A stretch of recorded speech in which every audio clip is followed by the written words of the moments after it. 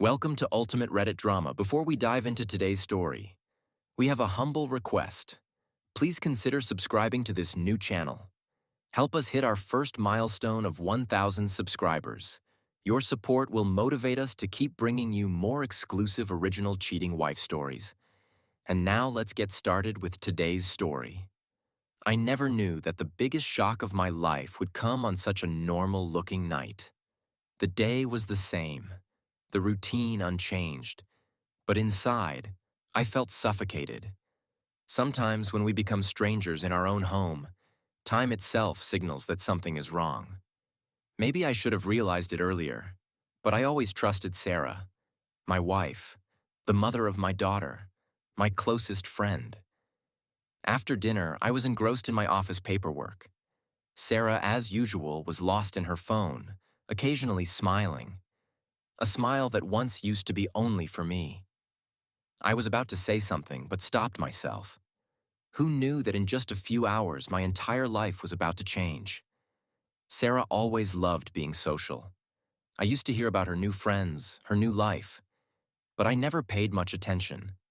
For me, marriage was about trust, and I believed there was nothing to hide. But the real game was happening behind my back. That night I went to bed early. I was tired, but my mind wasn't at peace. Sarah was still on her phone, whispering, sometimes letting out a soft laugh.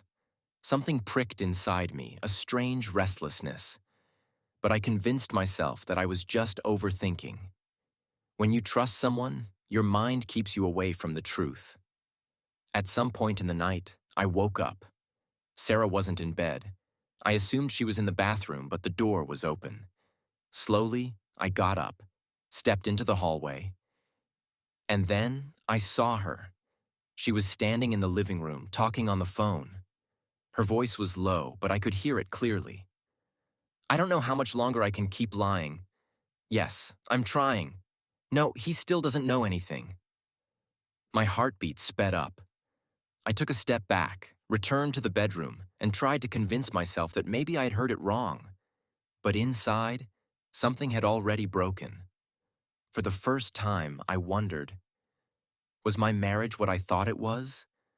Or was it all just an illusion? The next morning, when I saw Sarah, it felt like nothing had happened. She greeted me as usual. Good morning, made coffee. But I was now seeing things differently. When someone is hiding something, they overcompensate in every little thing. She was keeping her phone away. She was smiling, but that innocence was gone. After breakfast, I picked up my phone and messaged the one person I could trust, Tony Parks. Tony was like an older brother, always guiding me. He had always taught me, when things start slipping away, don't wait. Catch the truth before it catches you. I texted, I need to see you. It's important. Tony replied instantly. Tonight at 8, same place. The whole day I worked, but my mind was stuck on one question. Who was Sarah talking to? What was she hiding? At 8 p.m., I reached our usual bar. Tony was already there, looking at me like he already knew something was wrong. What happened? He asked straight away. I took a deep breath and said, I think Sarah is talking to someone, and it's not just friendship. Tony stared at me, took a long pause, and then said something that sent chills through me. Then it has begun, brother. This isn't just betrayal. It's a game, and you better learn how to play it. Something inside me awakened that night. This wasn't just suspicion anymore. It was a game. And if I wanted to win, I had to play my cards right. If I directly confronted Sarah, she would find a way to lie. If she was cheating, she was already prepared. I needed proof. Solid, undeniable proof. That night, I couldn't sleep for long. My mind was racing, connecting all the small things that once seemed insignificant. Sarah's habit of staying up late, constantly checking her phone, and now this call. Everything was starting to come together. But was this just my paranoia? Or was Sarah really hiding something? The next morning, I sat at the breakfast table watching her closely. She smiled, just like always, but now that smile felt forced. She kept her phone away from the table, as if she was afraid I might see something. "How's your day looking today?" I asked casually, pretending as if nothing had happened. Sarah picked up her coffee cup and smiled faintly. "There's a lot of work at the office. William has a big meeting, so I might have to stay late." William. The moment I heard that name, my senses sharpened. I had heard it before. Sarah had never told me how close she was to him. "Oh, I see," I said lightly. "Anything special about the meeting?" She shook her head. "Just some legal matters, lawyer stuff." There was tension in her voice. I didn't say anything. If she was lying, it wouldn't take long to find out. As soon as Sarah left for work, I called my old friend, Dr. Richard Blake. He wasn't just a doctor. He was the only man I trusted when it came to investigating anything. "Richard, I need your help," I said, getting straight to the point.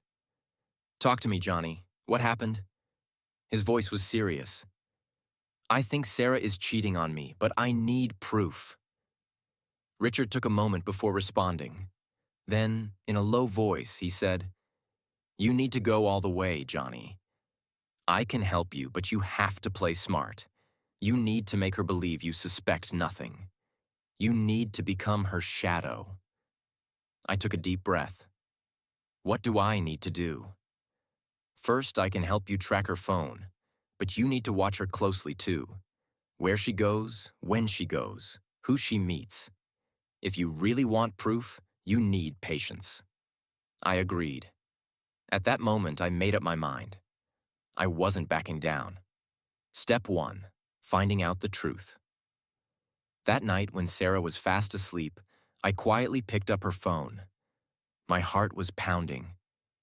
If I got caught, this game would be over right here. Carefully, I tried to unlock it, and luckily her passcode was still the same, Angel's birth date. I quickly scrolled through her messages. At first, there was nothing suspicious, but then I saw her chat with William. "Tonight was amazing. I needed you." My mind went numb. My whole body turned cold. Sarah had sent that message while lying next to me. My hands trembled, but I stopped myself. If I reacted now, she would find a way to cover it up. I took a screenshot and immediately sent it to Richard. "I need a DNA test, Richard. For Angel, too." I didn't know if I was going crazy or if my suspicions were actually true. But now, this wasn't just about betrayal. This was about my very existence. I put the phone back, took a deep breath, and quietly lay down on the bed. I knew that nothing would ever be the same again. For the next few days, I pretended to stay calm. I gave Sarah no reason to suspect that I was watching her every move. I wasn't just a husband anymore. I was a hunter, and I had to catch my prey. The only question now was, how long could I keep playing this game, and how long could Sarah keep hiding her secrets? I kept myself composed, but inside, a storm was raging. The realization of betrayal burned through my veins like fire. Sarah's words, her gestures, the way her eyes avoided mine, everything was crystal clear now. But I still needed one final push, the undeniable proof that would leave her with no chance to lie. Richard had replied to my message. "Collect the DNA sample by tomorrow afternoon. I'll handle the rest." I gripped my phone tightly. Was Angel really my daughter?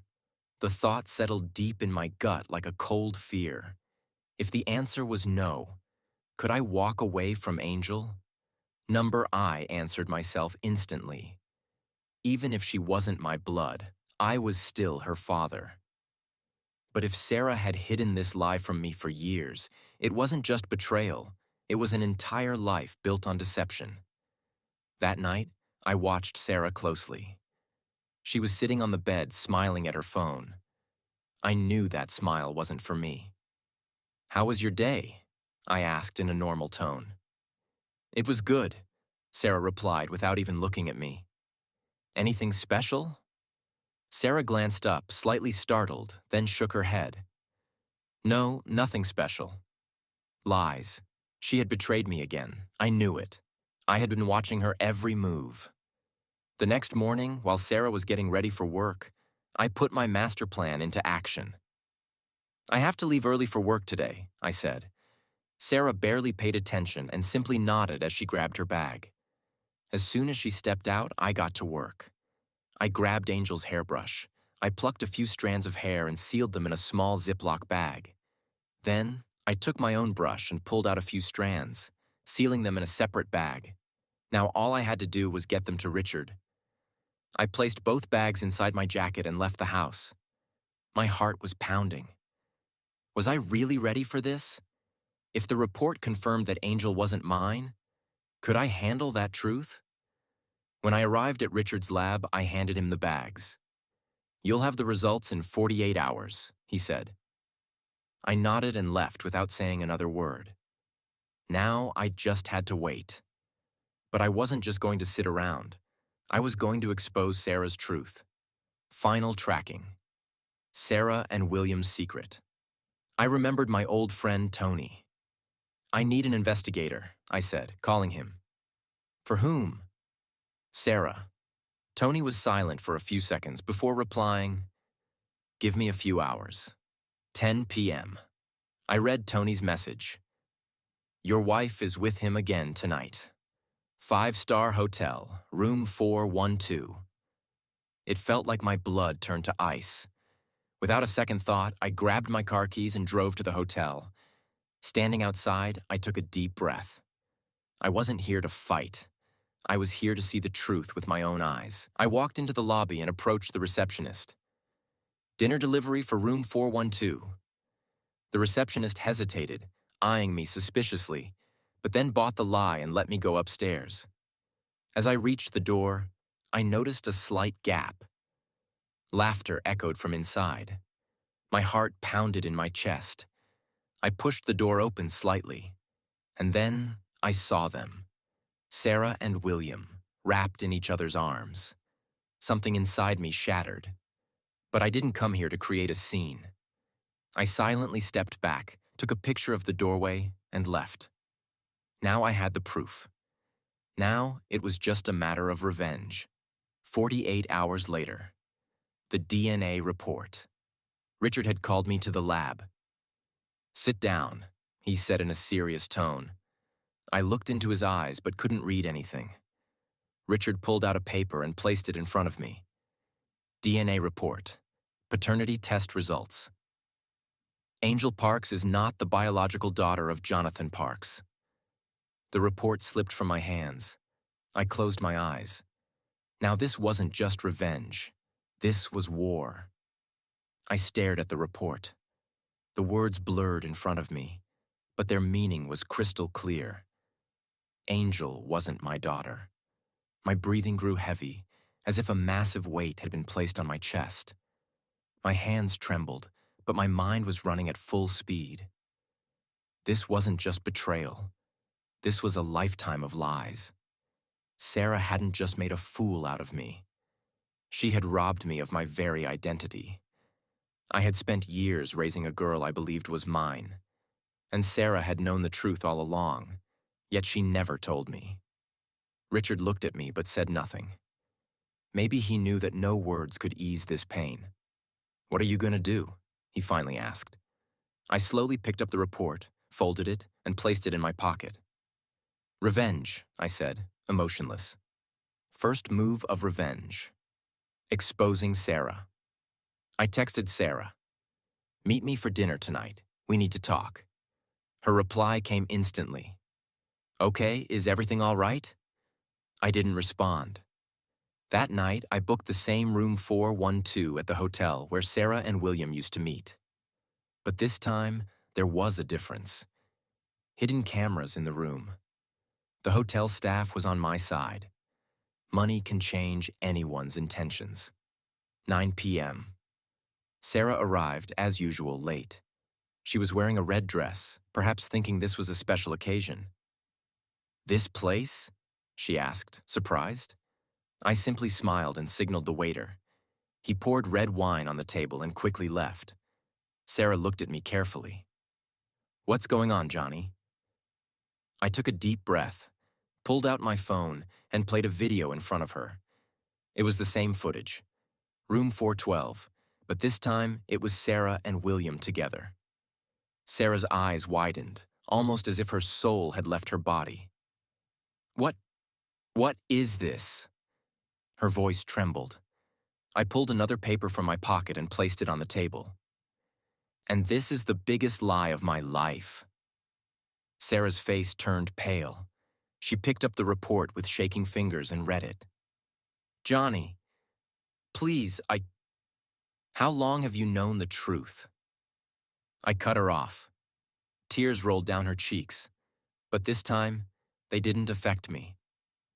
I always thought I would tell you at the right time. And when exactly was the right time? My voice was so cold that the temperature in the room seemed to drop. When Angel got married? Or when she had a medical emergency and I tried to donate blood for her? Sarah stuttered, but I no longer wanted to hear her excuses. You didn't just betray me, Sarah, I continued. You let me live a lie for years, but now your game is over. Second move of revenge. William's downfall. The next morning, I called my lawyer. Prepare the divorce papers, I said directly. But this won't just be a divorce. I want her to walk away with nothing. But Johnny, the law, just get the paperwork ready. I'll provide the evidence. 48 hours later, Sarah received the court notice. Not only was she served divorce papers, but she also realized that I had planned to completely destroy her. As for William, I sent all the evidence to his law firm. The result? William's wife filed for divorce. He lost his job. His reputation was completely ruined. Now he was nothing more than an empty man, without a wife, without a job, without respect. Final move, Sarah's punishment. Sarah finally called me to meet her. Please, Johnny, just listen to me once. Her voice was filled with desperation. I took a deep breath. What do you want me to hear, Sarah? That you regret it? I made a mistake, but wasn't anything between us ever real? I let out a cold chuckle. Real? Sarah, you never loved me. You only wanted convenience, and now that's gone.